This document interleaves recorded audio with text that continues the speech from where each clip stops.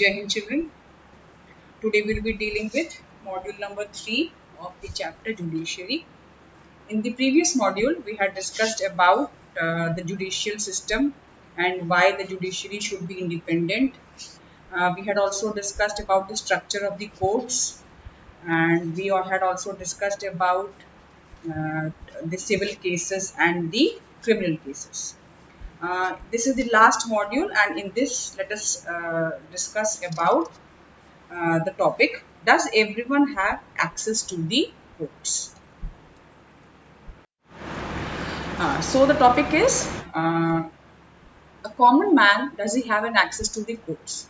So in general, if we talk, as India is a very big country and all citizens of India have the access to the courts in this country, which implies that every citizen has a right to justice through these courts.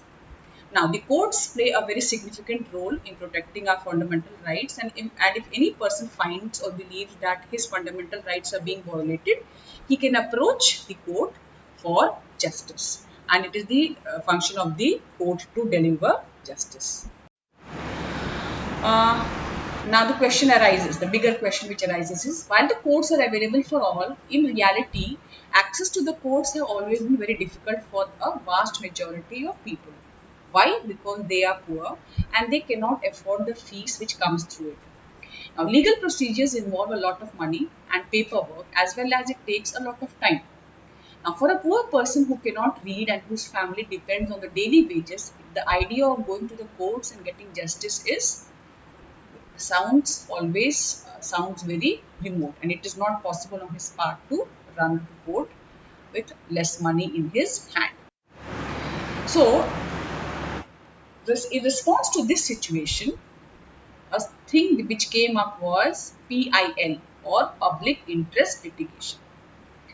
The Supreme Court in the early 1980s, it devised a mechanism of public interest litigation, or PIL, to increase access to justice for the common man. This allowed any individual or organization to file a PIL, that is public interest litigation, in the High Court or the Supreme Court on behalf of those whose rights have been violated. The legal process was generally simplified. So the legal process was made simple for a common man, and even a letter or a telegram addressed to the Supreme Court or the High Court could be treated as a PIL. In the early years, PIL was used to secure justice on a large number of issues, such as rescuing bonded laborers from inhuman work conditions or securing the release of prisoners in Bihar who had been kept in jail even after punishment term was complete. The midday meal that children now receive in the government and the government aided schools is also because of this PIL. I hope we have covered these midday meal schemes in class 7, and how in general the children whose parents cannot afford the school fees, they send their children so that they can study also and they can get free meals. The present status of justice in India. So for a common person, access to the court is access to justice. The courts exercise a very crucial role in interpreting the fundamental rights of the citizens. There are also court judgments that people believe work against the best interests of the common person. For example, the activists who work on issues concerning the right to shelter and housing for the poor believed that the recent court judgments on evictions are a far cry from the earlier judgments. The recent judgments, which tend to view the slum dwellers as an encroacher in the city, earlier judgments like the 1985 Olga Tellis West Municipal Corporation of Mumbai had tried to protect the livelihoods of the slum dwellers. These are the cases. Another issue that affects the common person access to justice is the inordinately long hours that the court takes to hear a case.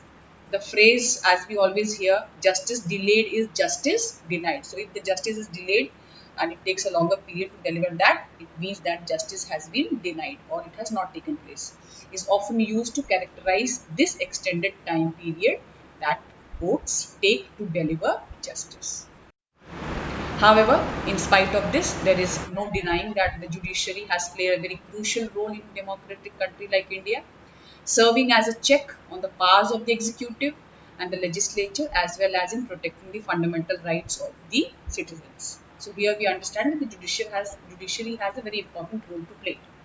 The members of the Constituent Assembly had quite correctly envisioned a system of courts with an independent judiciary as a key feature of our democracy. So that is the basic reason why, when the Constitution was being framed, the judiciary was made independent.